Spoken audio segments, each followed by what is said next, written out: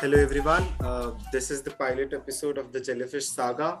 I have Mr. Vivek Sadh with me. Thank you so much for agreeing to this. And just let's just start by you introducing yourself, and we can hop in. Yeah, thank you, Shivang. It's a pleasure for me. So my name is Vivek, and I've been working at Jellyfish Technologies since 7 years. I'm working as a senior team lead, and I'm managing multiple projects.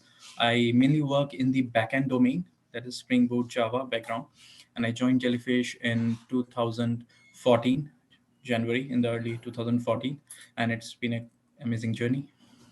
Thank you so much. Thank you. So, as we all know, like we completed our 10 years last month only on 13th of September. How do you feel about it, and what do you have to share to the world about this? I mean, it really feels great and amazing. The journey has fantastic.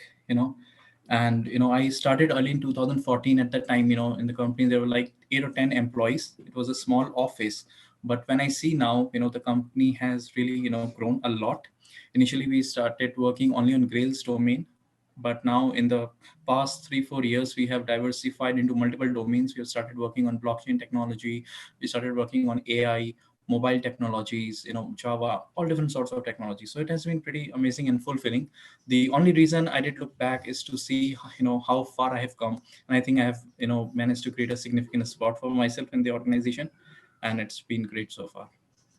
Okay, so we have talked about the company's journey, how we have changed from one technology to the other. How do you correlate your personal journey to this thing? My personal journey is really good. I have personally really grown and I have learned a lot in this organization. When I joined the organization, I was a college pass out and I directly joined this organization. This is my first company.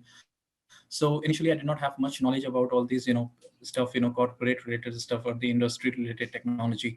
But Jellyfish has really, given me an opportunity to learn a lot of things and a lot of technologies. I believe, joining Jellyfish Technologies was one of the best decisions of my life, because it was a startup, and the exposure that you get in Jellyfish Technologies, it's not just a one particular domain. When you join any other company, MNC, you get to work only on one particular thing, right? But even starting from the back end, front end, database, server related stuff, the growth has been tremendous, not in terms, not financially, as well as the technical growth, the personal growth, the Okay. So when I listen to things like this from somebody who's been here for 7 years, I very recently joined. So that you are still learning things, there are still new things to learn. So that is something that actually defines what we are doing here today. I joined and I come with the experience, but there was a lot of new things that I learned.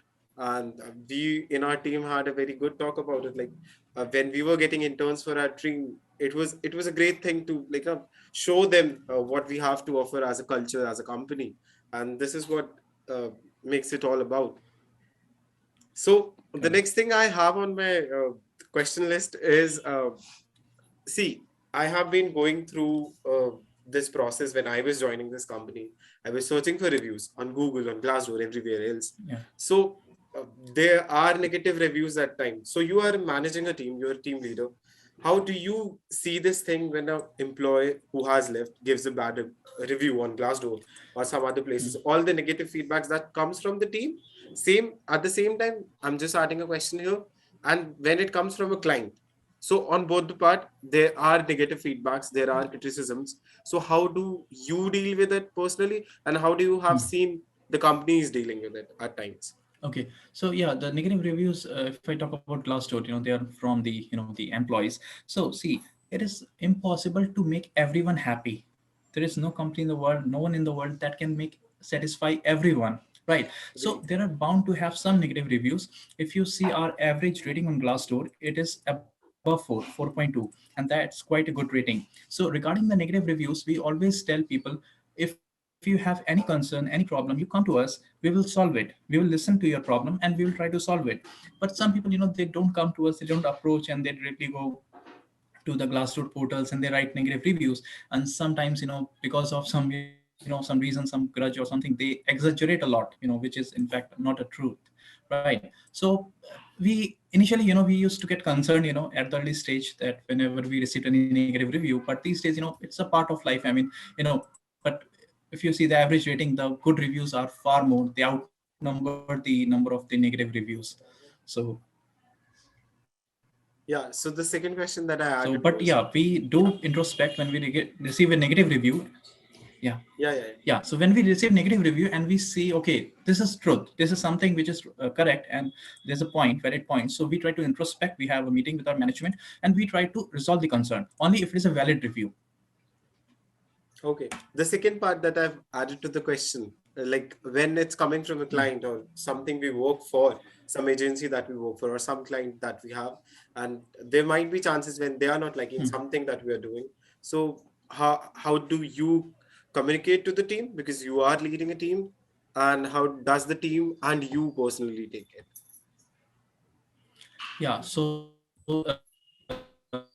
when we receive something from a client that is far more serious, than receiving a review on the Glassdoor. So we first, analyze the email, what is written, the content. We have a meeting with the internal team, that is the developers, of what went wrong and why, the client is not satisfied with our work, and we try to, take each and every point. We discuss on that and we try to improve it. And once we have our internal meeting, we revert back to the client, assuring the client that whatever the concerns the client have, it will never be repeated and we'll resolve all the concerns. So most of the concerns are maybe due to the late delivery of the project, right, or the quality of the code. But we definitely, we make sure that the our code quality is very standard, and we review our code thoroughly. So we never receive any such, negative review related to the quality. It's mostly due to the late delivery of the project, and that happens, when there is some additional work. So sometimes, the client, they keep on giving the additional work enhancement, which delays the work. So it is understandable, and sometimes, the feedback from the client, it is understandable, it is valid. I mean, because of the additional work, it takes a lot of time, so we try to convince the client that it is because of the additional work and the enhancement. It is taking some time, and there is a delay in the deadline. I mean, we are not meeting the deadline, so sometimes it is valid, and if it is our mistake or the developer's mistake, we try to rectify it and make sure that we do not receive any complaint in the future. Actually, this is something that I actually talked to our CTO as well. Uh, when I was interviewing him for the anniversary thing, he actually told me in the initial stages, he was also like that, working 24 hours, doing all late nighters, and delivering the Yeah. code on time and not talking to the client. And this was not a good practice in the longer run, he eventually realized. Yeah. So, this is something that I would actually enunciate on to. So these heavy deadlines and everything that's going around in your life, coding, I've seen engineers how they work. I'm an engineer too, just getting into the marketing line Yeah. because I love it. So this all hefty schedule. So how do you find time for yourself? What does your work-life balance looks like? And what do you do in your free time? Like how does a off-work day look like to you?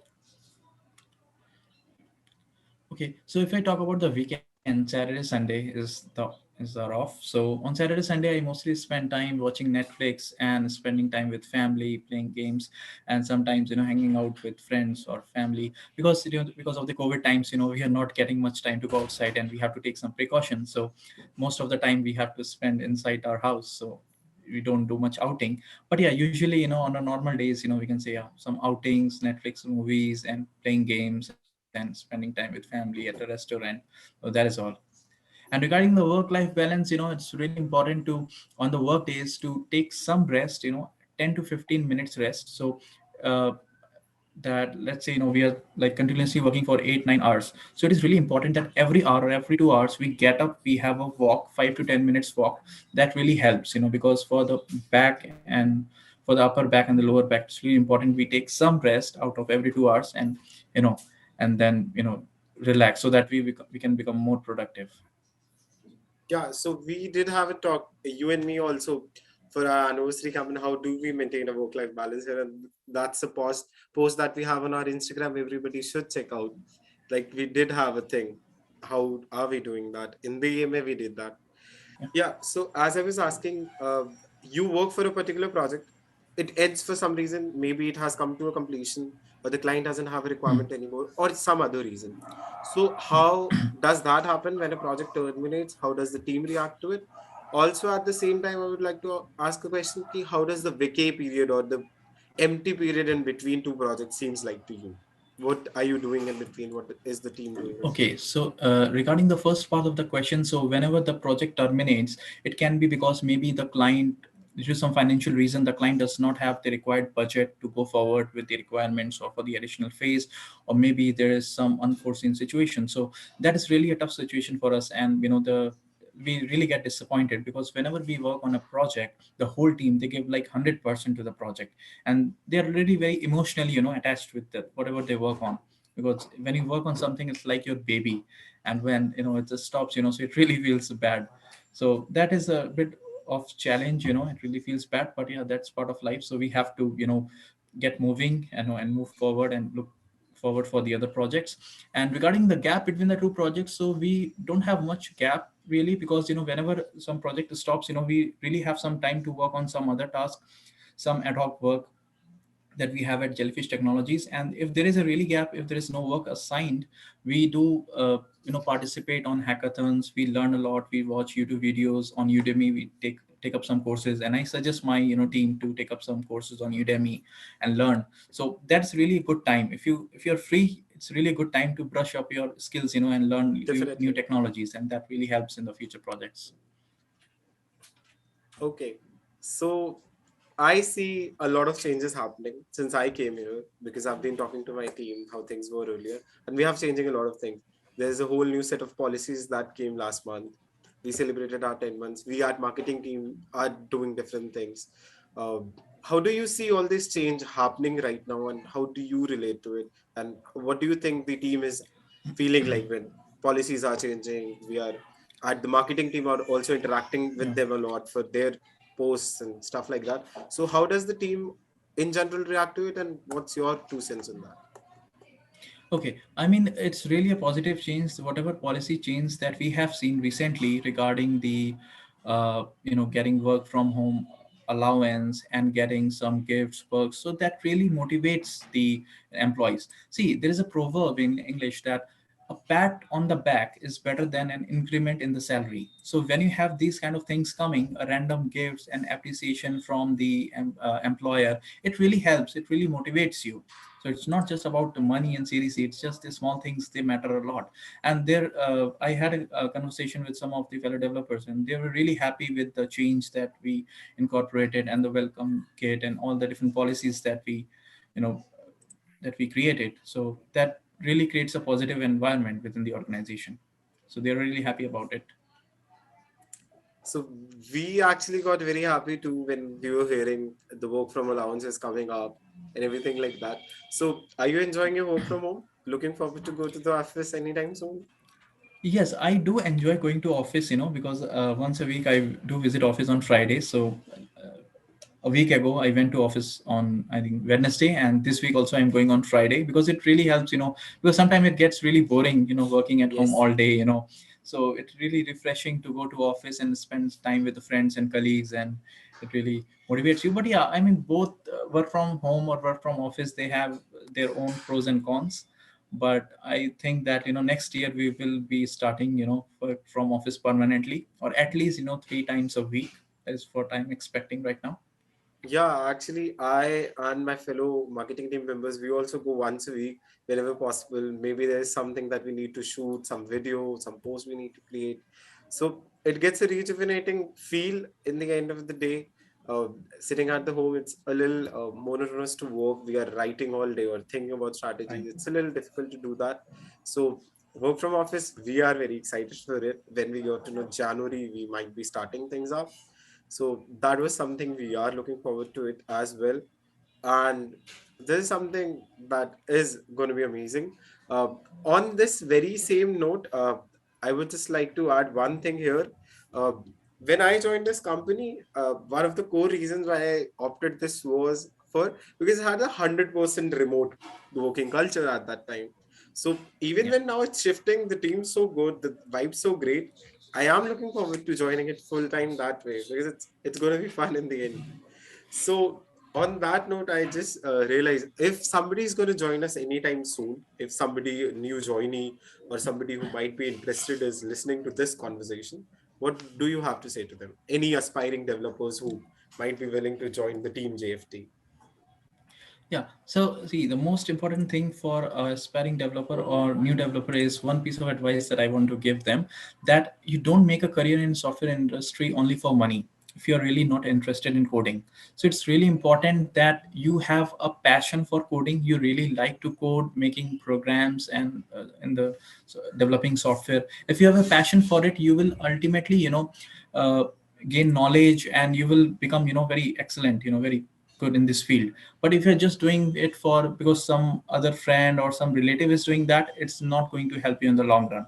So make sure you have a passion for it, you develop an interest, and then only you can, succeed in your career. And you should never stop coding, no matter if you're in management right now or if you're doing some other tasks that does not involve coding. Never stop doing that. Take out some time, participate on lead code hacker rank, develop, programs, participate in coding and keep learning. It will really help in future. And always read others code, the good practices that is being followed in the industry, the design pattern, data structure. Learn about data structure. That's really going to help if you're working for a product level company or in any product. And and keep learning, and just focus on your work. Stop, criticizing others or gossiping in the organization. That's not good for the culture. So just do love what you do. So anybody who's going to join us soon, what are they going to get here? What do you have to tell them? What is waiting for them here at Team JFT? So what, uh, a excellent team, a good team is waiting for them, and a lot of opportunities to learn for them, and a good team who, supports. And we have a great team of team leads, who really, loves their, team members, and they support them, and the culture that they get at Jellyfish Technologies is really great. I think they don't get in other organizations, so the culture is great here. The vibes is that, as you said, is great. Yeah. So on the last note, on for your final comments, I would just be asking two questions, and I'll be done with it. First thing, our teammates are listening to this. Most probably, we'll be sharing it everywhere. So what do you have to tell them who are already listening to this? Our teammates, your team, the one you are leading, and everybody else who's here at Team JFT. uh, I mean, I already gave the answer, right? I mean, To the people who are already here, who are listening to this, uh, do you have something to say to them? no, I think I already covered that up. I think whatever you are doing, just love what you do, and support others, and don't indulge in any, company politics.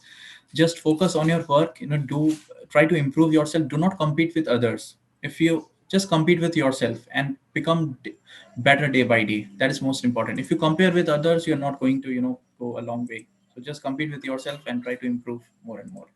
That's for everyone who's listening this. Uh, Yeah. we are doing this Jellyfish podcast series. We have just started it out with you in the pilot episode. Is there anybody in the team that you would really love to see on this podcast? So we should talk to them. Like anybody who's your favorite. Yeah, I think our CEO, Mr. Gaurav Chauhan, and our CTO, Mr. Amit Pandey, I would really like both of them to have We really this. wanted to take their Yeah, appointment, but they were too yeah, busy for this. right, right. Because they are the ones who started, were the co-founders, and they will share the initial part of the journey, like how they Yeah, started actually, and how. they really have a lot of insights to give. I was interviewing them for the anniversary thing, and it was amazing listening to their stories and how companies started, the small things, Yeah, the big things. Everything was just amazing. yeah. So I guess that'll be it. I really, really enjoyed this conversation. I hope everybody who's been listening to this have got what they were looking for from this conversation. They might have got some insights from you. Truly inspirational for somebody who has joined this company as their first company and still going on and loving every bit of it. That's something that one should stick to. So, in this episode of Jellyfish Saga, I guess that'll be all it. I'll be waiting to listen to your comments in the comment section. And whatever your suggestion would be, we'll incorporate them. Let us know who you want next in this. Thank you so much. Thank you, Vivek. Thank you, Shivan. That was great talking to you. Thanks a Thank lot for you. your time.